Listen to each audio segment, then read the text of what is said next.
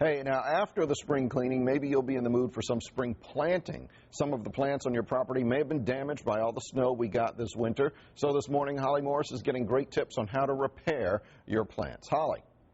Winter was rough on all of us, including our plants, and that's why we're spending a lot of time this morning with Derek Thomas of Thomas Landscapes, because, you know what, I have heard a lot of people actually talking about this. They're like, you know, I walk out, my bushes are split, or my trees are just hanging there, and are they going to come back? Do I need to take them out? You know, what's the remedy? And you have to assess it, you know, because it was the storm of a century. So, you know, what has happened to the plants it is historic damage.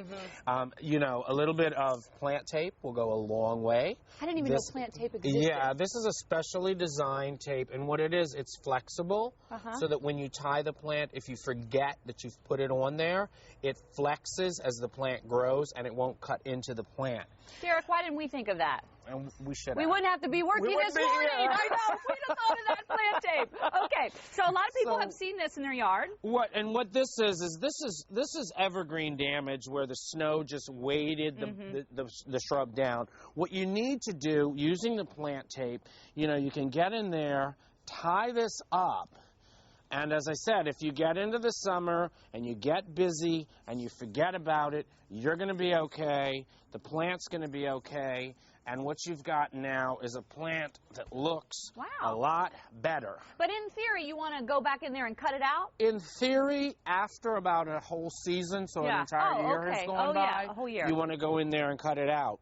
This is another thing that we saw where the snow just mounded everything down and opened everything up. It was some heavy snow. You know, there was a lot of heavy snow. And if you didn't get out there and beat it off, what's happened is, and this is an English boxwood, so this plant has actually opened up. And once again, what we want to do here is get in there and tie this off. And there's no method to your madness there. You're really just pulling it all together and tying it. I'm pulling it all together. I'm using, you know, larger limbs here. Oh, I see. You don't want to use little small limbs. Good tip. And we're pulling it all together. And as you see, now what you've got is a much fuller looking plant. Yeah. Now, one of the things that did happen this year was windburn, and windburn was unforgiving. Yeah. There was a lot of sustained winds. There was a lot of really, really cold temperatures, and you know. I remember. I was out in it. I know.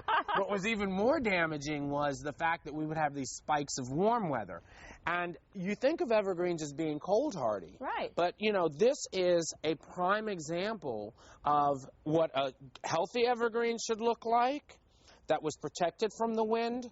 And then what happened when the windburn happened. So if this is what yours looks like, what's the answer? Unfortunately, you need to wait and see if some of these little limbs down here are going to start coming out and filling in. That's a good sign. You need to clean off any of the brown tips that are completely dead, but see if you can see down in this little node right there. Yeah, it is. That's going to come back out. So you want to be just patient. Here you see another place where the evergreen is making itself right.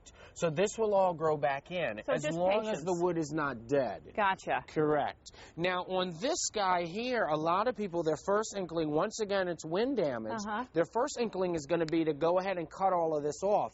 Don't do that.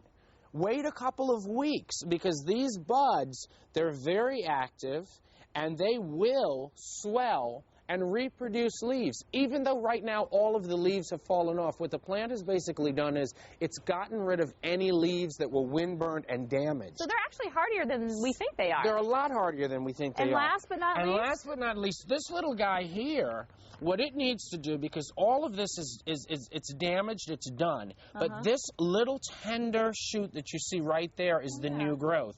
So what you really need to do here is get in there, remove all of the places where it had leaves, clean that up like that. It's going to look like a little bit of a stick man for a little while. But in a couple of weeks, all of those new leaves are going to come out there. And you'll be fine. And you'll be fine. That's fabulous. Yeah. Derek, you always have the answers. Thank you so much. Thank you, We appreciate you letting us spend time out with you this morning. MyFoxTC.com is our website. We have a link to Thomas Landscapes website if you want to find out more about that. So hopefully you guys took it to heart. That was some pretty good advice there. Back to you guys. Yeah, we got it for free. Thank you very much, Holly. Appreciate Thanks, it. Holly. The answer to today's trivia question coming up next.